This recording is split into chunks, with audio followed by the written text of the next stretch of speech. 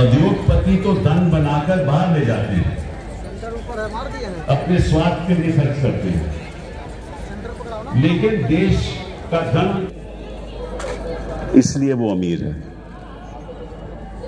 चीन मालूम कितना खर्च करता है सालाना? $550 बिलियन। $550 बिलियन। मालूम हिंदुस्तान में R&D में कितना खर्चा आता है? $45 बिलियन। कहां $600 बिलियन। और ये मालूम कैसे सर खर्च होता है? यूनिवर्सिटीज में खर्च होता है, क्योंकि युवा लोग जब यूनिवर्सिटी में जाते हैं तो उस यूनिवर्सिटी में वो अपने सोच विचारों के साथ बदलाव सोचते हैं। कैसे बदलाव हो, साइंटिफिक बदलाव कैसे हो, नई चीजों के बारे में सोचते हैं। और ये रिसर्च में जब जाता है तो उससे फिर नई प्रॉपर्टी बनती है, इंटेलेक्चुअल प्रॉपर्टी जिसको कहते हैं, और वो लेकर उद्योगपति उस पर इन्वेस्ट कर आगे वस्तुएं बनाते हैं और सर्विसेज देते हैं। लेकिन हिंदुस्तान में कोई यूनिवर्सिटी में तो ABVP के लोग बच जाते हैं। जो हिंसा हम यूनिवर्सिटीज में देख रहे हैं, वहां इंटेलेक्चुअल प्रॉपर्टी पैदा कैसे होगी? हो ही नहीं सकती। तो आप यूनिवर्सिटीज में अपने RSS के वाइस चांसलर लगा दोगे तो वो जो शिक्षा का स्तर होना चाहिए आपको कभी मिलेगा ही नहीं। और अगर आप पैसा नहीं खर्च करोगे, निवेश नहीं करोगे R&D में, तो आपकी इंटेलेक्चुअल प्रॉपर्टी होगी ही नहीं। कभी देश अमीर हो ही नहीं सकता, गति से कभी आगे बढ़ ही नहीं सकता। मैं आज आपके सामने एक नई विजन रखूंगा, एक ऑल्टरनेटिव विजन फॉर इंडिया रखूंगा कि हमें कैसे आगे बढ़ना है। तो सबसे पहले बात करेंगे शिक्षा की। शिक्षा में ये दुर्भाग्य है हमारा, लगभग इस देश में मालूम कितने टीचर हैं? 97 लाख टीचर। सारे देश में 97 लाख टीचर हैं, चाहे वो गवर्नमेंट स्कूल में आप देख लो, प्राइवेट स्कूल में देख लो। और जो गवर्नमेंट स्कूल के टीचर की जो सैलरी है वो 25,000 है, और जो प्राइवेट टीचर्स की, नॉन गवर्नमेंट स्कूल की टीचर्स की जो सैलरी है वो लगभग 12,000 है, एवरेज 12,000 है।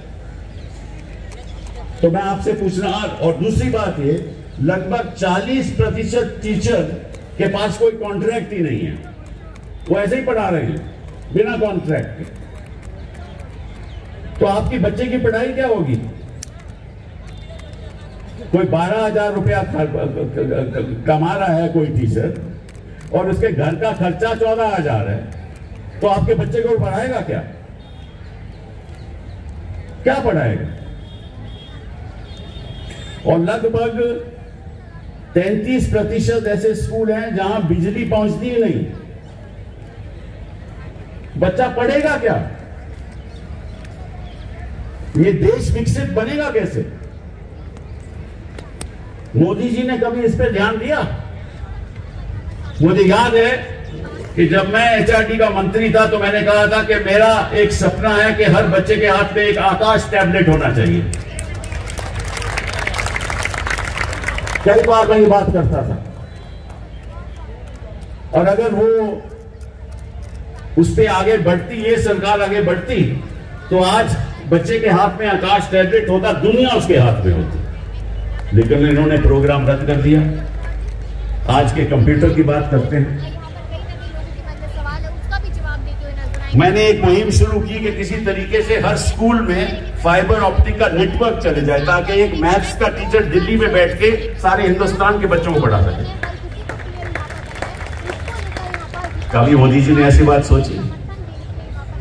बात क्या हो रही है? लव जिहाद। बात हो रही है लव जिहाद की। अरे भाई, लव की बात करो, जिहाद की क्यों बात करते हैं? बच्चों के भविष्य के बारे में बात करो कि कैसे उनका भविष्य उज्जवल हो, कैसे उनको आगे बढ़ाया जाए। बात करते हो आपके MBBS हम हिंदी में पढ़ाएंगे। अब भाई किताबें ही नहीं है हिंदी में, कब तर्जुमा होगा, कब आप पढ़ाओगे, कब MBBS बनेंगे? तो कहने का मतलब यह है कि बड़े दुख की बात है कि जो बच्चे बड़े होके इस देश का भविष्य को उज्जवल कर सकते हैं, उन बच्चों का पिछले 8-9 साल में किसी ने ध्यान नहीं दिया। और मेरी ये मांग है, और आज मैं इस मंच से ऐलान करना चाहता हूं कि मोदी जी, अब हर टीचर की तनख्वाह कम से कम 50,000 रुपया महीना होनी चाहिए। यह इंसाफ की बात है। आप हमारे टीचर्स के साथ बेइंसाफी मत कीजिए। अगर आप हमारे टीचर्स के साथ बेइंसाफी करते हो तो हमारे बच्चों के साथ बेइंसाफी होती है।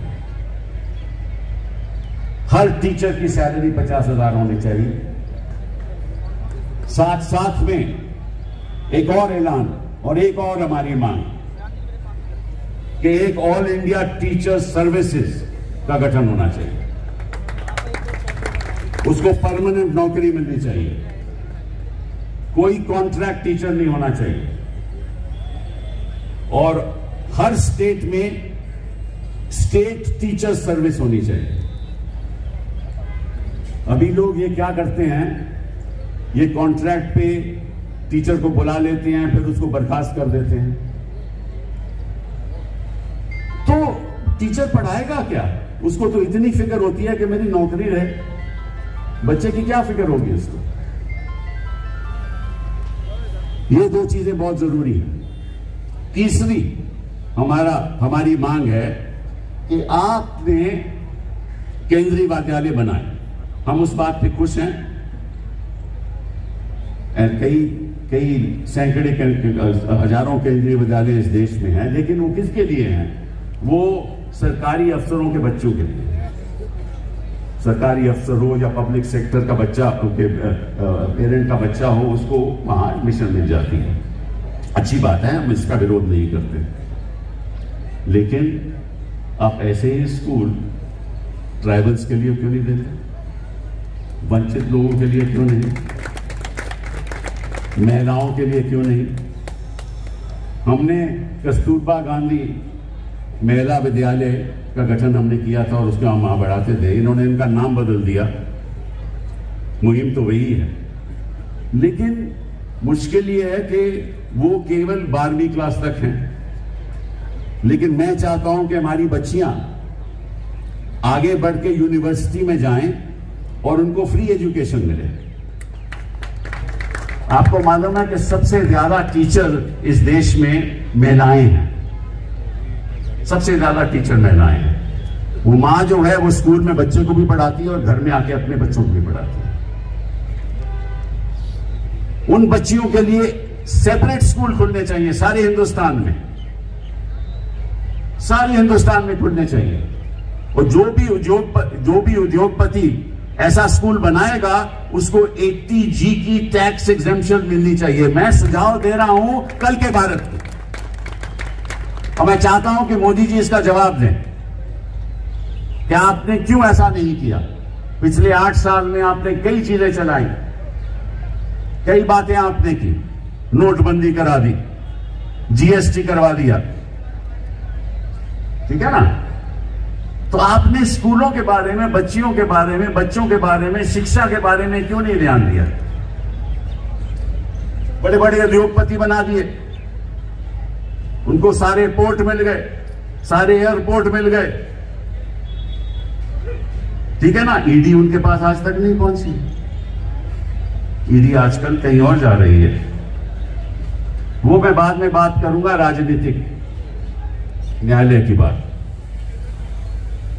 तो ये तो हुई शिक्षा की बात। दूसरी बात, हर बच्चा कोई PhD नहीं लेना चाहता, हर बच्चा कोई MBA नहीं करना चाहता। वो चाहता है कि मैं 12वीं के बाद मुझे कोई नौकरी मिल जाए। नौकरी कहां से मिलेगी जब तक उसको स्किल डेवलपमेंट की कोई ट्रेनिंग नहीं मिले।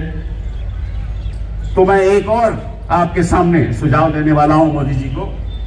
वो ये है कि जो फैक्ट्री चलाता है, चाहे वो आयरन फाउंड्री हो, चाहे वो टेलीकॉम सेक्टर में हो, चाहे वो इंजीनियरिंग में हो, उसको अपनी उद्योग के लिए एक ऐसी इंस्टीट्यूशन खोलने की इजाजत होनी चाहिए जहां वो बच्चों 12वीं के क्लास के बाद जो पास होते हैं बच्चे, उनको ट्रेनिंग देके अपने ही उद्योग में उनको एम्प्लॉयमेंट दे। उसका भी ATG का उनको एग्जेम्पशन देना चाहिए। ये होती है कल के भारत की सोच। इनका तो ये रहता है कि मैं कल चुनाव कैसे जीतूं। इनकी सोच तो उस तरफ तक ही सीमित है। अब आ गई स्वास्थ्य की बात।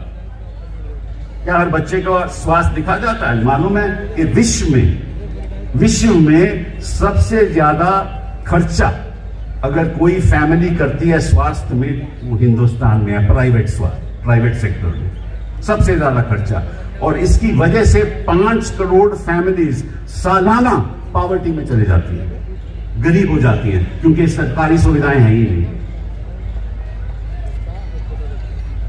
5 करोड़ फैमिली हर साल, ये मेरे आंकड़े नहीं है। प्राइमरी हेल्थ सेंटर में कोई स्पेशलिस्ट नहीं है, इंफ्रास्ट्रक्चर नहीं है, तो करेगा क्या कोई? तो आप 12वीं क्लास के बाद ऐसे मेडिकल कोर्स शुरू कीजिए ताकि रूरल सेक्टर में, देहात में, गांव में एक डॉक्टर तो मिल सके। यहां तो मीलों मील जाना जाता है डॉक्टर के लिए, और सबसे कमी डॉक्टरों की देहात में है। 80% डॉक्टर तो केवल शहरों में है, और 60% हमारी आबादी गांव में है। तो स्वास्थ्य ठीक नहीं होगा, शिक्षा ठीक नहीं होगी, तो भारत आगे कैसे बढ़ेगा? अमृतकाल आएगा कैसे? कैसे आएगा अमृतकाल? फिर राजनीति की बात करते हैं। अब हो क्या रहा है, बड़ी विचित्र बात है, और मेरा ख्याल दुनिया में ऐसा उदाहरण शायद कहीं आपको मिल नहीं सकता कि चुनी हुई सरकार को आप गिरा दें। इलेक्शन से चुन के सरकार बनी, आपने सो गिरा दी। गवर्नर आपका, स्पीकर आपका, कोर्ट की कोई दखलंदाजी नहीं। 8 ऐसी सरकारें हिंदुस्तान में गिराई गई। मेघालय में गिराई गई, मणिपुर में गिराई गई, उत्तराखंड में गिराई गई, मध्य प्रदेश में गिराई गई, अभी महाराष्ट्र में गिराई गई, कर्नाटका में गिराई गई, अरुणाचल प्रदेश में गिराई गई, गोवा में होने नहीं दी। कभी सुना है ऐसे किसी भी लोकतंत्र देश में कि इलेक्शन के कोई जीत के आए तो आप खरीदो फरोख्त करके सरकारी गिरा दो? ये कौन सा कानून है? और कोर्ट भी चुप रहते हैं। तो ये राजनीति का न्याय नहीं है। तो संविधान ने कहा था कि आपको राजनीतिक न्याय भी मिलेगा, सामाजिक न्याय भी मिलेगा, और आपको आर्थिक न्याय भी मिलेगा। ये किस किस्म का राजनीतिक? और वही लोग जो सरकार गिराते हैं वो मंत्री बन जाते हैं। मतलब कि आप डिफेक्टर भी बनते हो और मंत्री भी बनते हो। ये कौन सा कानून है? आप इस कानून को रद्द क्यों नहीं करते? मेरी छठी मांग, एक मिनट बेटा, मेरी छठी मांग कि जो आदमी डिफेक्ट करके दूसरी पार्टी में चले जाए, चाहे मैं कांग्रेस से जीता हूं मैं बीजेपी चले जाऊं, या बीजेपी से जीता हूं कांग्रेस में चले जाऊं, तो उसको 5 साल इलेक्शन लड़ने की इजाजत नहीं होनी चाहिए। उसको 5 साल कोई पब्लिक पोस्ट नहीं मिलनी चाहिए। उसको 5 साल पार्लियामेंट से, असेंबली से बाहर रहना चाहिए। उसको 5 साल ना कोई पब्लिक पोस्ट मिलनी चाहिए, ना कोई पब्लिक सेक्टर, और ना कोई सपोर्ट गवर्नमेंट से मिलना चाहिए। देख लो, अगर मोदी जी ये कर दें, कल से कोई डिफेक्शन नहीं होगा। लेकिन ये करेंगे नहीं, क्योंकि इनकी बेइंसाफी इनके रग में दौड़ता है। बेइंसाफी का खून इनके रग में दौड़ता है, क्योंकि बेइंसाफी के साथ ये सत्ता चला रहे हैं। किसी को खरीद लो, किसी के घर आप सीबीआई पहुंचा दो। अभी इनको क्या लगा था कि लालू जी वहां बिहार में क्या हो रहा है, ये सोच रहे थे कि भैया वहां तेजस्वी साहब और जेडीयू इकट्ठा हो रहे हैं ना, तो कुछ पुराना मुकदमा फिर उसको। लालू जी को मुख्यमंत्री छोड़े हुए कितने साल हो गए, अभी इनको याद आया कि उनके घर पे छापा लगेगा।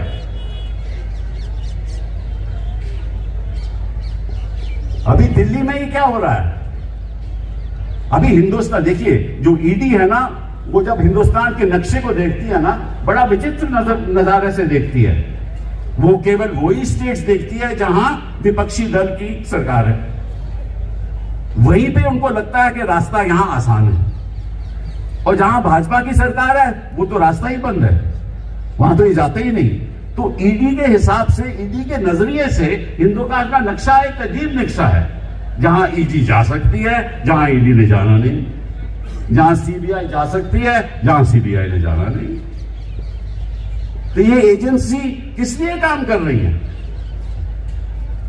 विवेक जी ने अभी बात की थी, तो मुझे एक छोटी सी बात याद आ गई कि समझ लीजिए कि संविधान एक गाड़ी है, 4 पहिए वाली गाड़ी है, ठीक है ना, उस पर ड्राइवर मोदी जी है, एक पहिया उसका पार्लियामेंट है, वो उनके कब्जे में है, दूसरा पहिया उनका ये इलेक्शन कमीशन है, वो उनके कब्जे में है, तीसरा पहिया एग्जीक्यूटिव, वो उनके कब्जे में ही है, चौथा पहिया जुडिशरी, वो कोशिश कर रहे हैं कि कब्जे में आ जाए, ठीक है ना, और वहां जो रेख देख करने वाला है वो ईडी है और सीबीआई है।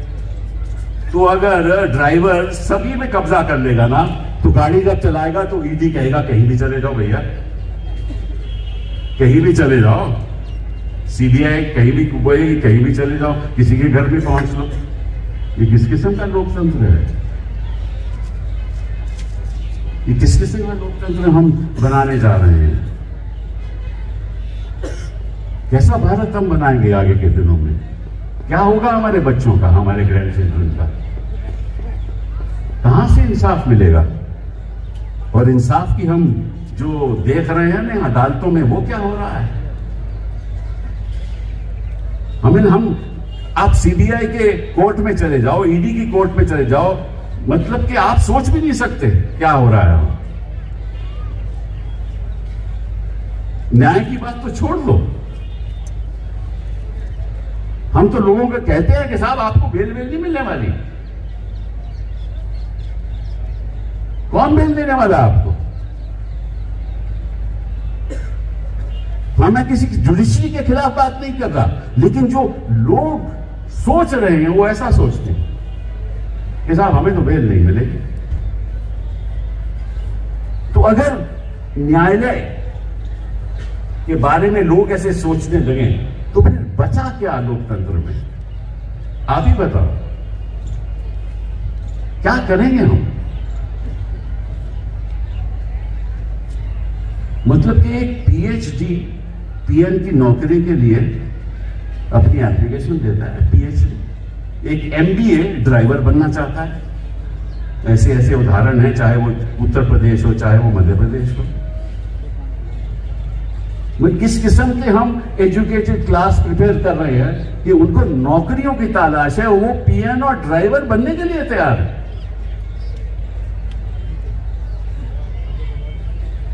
और हम कहते हैं कि हमारे युवा इतनी संख्या है कि भारत आगे बढ़ेगा। कहां से भारत आगे बढ़ेगा? आप कहते हो कि साहब हमारी जो इकोनॉमी है, हमारी जो आर्थिक स्थिति है बड़ी अच्छी है, जीडीपी ग्रोथ हमारी 6.3 है। अरे जीडीपी ग्रोथ आपकी 6.3 है, बट आपकी बताइए टोटल जीडीपी है कितनी? $3.5 ट्रिलियन। और मालूम यूनाइटेड स्टेट्स की कितनी जीडीपी है? $23 ट्रिलियन। कहां की आप बात कर रहे हो? हमारा पर कैपिटा इनकम $2,000 है, मतलब 1,60,000 रुपया सालाना। 1,60,000 रुपया सालाना मतलब कि भाई 12,000 रुपया, 15,000 रुपया सालाना। 15,000 रुपया सालाना मतलब कितने हजार महीने का पर कैपिटा इनकम? वो कहां से गुजारा करेगा अपना? तो आर्थिक अन्याय, सामाजिक अन्याय। अभी देखो वहां बिहार में क्या हुआ, सीवन में क्या हुआ, आज ही की खबर। वहां कुछ लोगों को लिंच किया गया क्योंकि किसने अफवाह फैला दी कि ये कुछ ऐसी चीज ऐसी पदार्थ ले जा रहे हैं, उनको लिंच कर दिया गया। उधर हरियाणा में क्या हुआ, पुलिसकर्मी, कहते हैं पुलिसकर्मी उनसे मिल गए, आरोपियों से मिल गए, 2 लोगों को जला दिया गया। यूनिवर्सिटी में लोग हिंसा करने चले आए। वो यूनिवर्सिटी में यह काम होने वाला है कि लोग अब यूनिवर्सिटीज में हिंसा किया करेंगे, स्टूडेंट्स को यूएपीए में आप बंद करेंगे। आप क्या कर रहे हो? पत्रकारों के खिलाफ आप कार्रवाई शुरू कर रहे हो, उनको बंद कर रहे हो, यूएपीए में बंद कर रहे हो। आर्टिस्ट के खिलाफ, लेक्चरर्स के खिलाफ कोई आवाज उठाता है तो उसके खिलाफ केस कर दो। संविधान तुम्हारा ये नहीं कहता। और जहां तक न्यायाधीशों का, न्यायालय का सवाल है, मेरा एक और सुझाव है, और मेरा मानना है कि प्रधानमंत्री जी हमारे सुनेंगे। वो ये है कि इस देश में 4 कोर्ट ऑफ अपील होने चाहिए। 4 कोर्ट ऑफ अपील होनी चाहिए। एक अरुणाचल प्रदेश से या केरला से या कहीं दूर दराज से, वो गलत दिल्ली में आकर सुप्रीम कोर्ट में केस कर सकता है? वो कर ही नहीं सकता, उसके पास साधन ही नहीं। सुप्रीम कोर्ट आपने दिल्ली में बिठा दिया। हर हिंदुस्तान को 4 रीजन में बांटो, हर कोर्ट में फाइनल कोर्ट, हर कोर्ट, हाई कोर्ट के बाद एक फाइनल कोर्ट ऑफ अपील हर रीजन में हो, ताकि अगला जा सके। इस कल के बाद उसकी बात करो। और यहां कोर्ट केवल 13 जजेस का कोर्ट होना चाहिए, केवल कॉन्स्टिट्यूशनल कोर्ट। कोई इश्यू संविधान का हो तो यहां आ जाए, और कुछ नहीं। और ये जो मामला चल रहा है कि लॉ मिनिस्टर कहता है कि हम फैसला करेंगे कौन जज बनेगा हाई कोर्ट में और सुप्रीम कोर्ट में, यही संघर्ष चल रहा है, यही झगड़ा चल रहा है कि सरकार कहती है हमारा फैसला होगा फाइनल, और जजेस कहते हैं नहीं, हमारी कॉलेजियम डिसाइड करेगा। अब दोनों में बड़ी प्रॉब्लम है। सरकार को होना नहीं चाहिए, उनका फैसला फाइनल फैसला नहीं होना चाहिए, और जिस तरह से कॉलेजियम चल रहा है मैं सोचता हूं कि वहां भी सही नहीं है। तो एक नई सोच के साथ एक नया सिस्टम, इसीलिए मैंने सोचा कि आज के दिन कुछ ऐसा काम किया जाए, आपके सामने कुछ ऐसी चीजें रखी जाएं ताकि एक नई सोच के साथ, एक ऑल्टरनेटिव विजन के साथ भारत आगे बढ़े। मैं नहीं चाहता, हम देखिए कोई भी शासन हो, चाहे मोदी जी हो चाहे और हो, ऐसी बात नहीं कि कुछ बातें हुई नहीं, हुई हैं, अच्छी बातें भी हुई हैं। हर नल में जल अच्छा प्रोग्राम है, डिजिटलाइजेशन भी अच्छा प्रोग्राम है, हम इसके खिलाफ नहीं है। कुछ और भी अच्छे प्रोग्राम है, लेकिन ये प्रोग्राम, एक तो इनकी गति थोड़ी कम है, बट वो छोड़ो बात। जो असली बुनियादी हमारे समस्याएं, जो चुनौतियां हमारे सामने हैं, उसके बारे में तो कोई सोच ही नहीं रहा। वो चुनौती मैंने आपके सामने रख दी। तो जब तक उन चुनौतियों का हम सामना नहीं करेंगे और जब तक शासन उनके बारे में नहीं सोचेगा। अभी देखिए महाराष्ट्र से मुझे सुबह से फोन आ गए हैं, विवेक जी मुझे कह रहे हैं कि उन्होंने लव जिहाद वहां शुरू कर दिया, प्रोसेशन शुरू कर दिए हैं, और 300 मैरिजेज ऐसी हैं महाराष्ट्र में जो इंटरफेथ मैरिजेज हैं। तो मैंने आज पता किया कि महाराष्ट्र की संख्या कितनी है, 11 करोड़। 11 करोड़ में से 300 ऐसे उदाहरण हैं जहां इंटरफेथ मैरिजेज हैं, उनको प्रोसेशन पे प्रोसेशन चले जा रहे हैं ताकि हिंदू मुस्लिम डिवाइड हो जाए। ये सही नहीं है। हम इंसान हैं पहले, उसके बाद हम इस देश के नागरिक हैं, उसके बाद जो भी हम हैं।